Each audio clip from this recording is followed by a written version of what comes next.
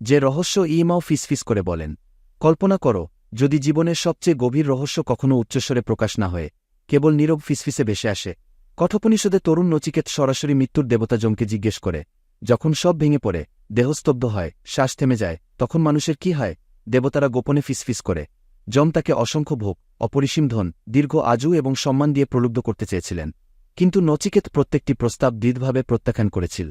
সে সামরিক সাজসজ্জা চায়নি, সে চেয়েছিল অবিনাশীর গোপন চাবি।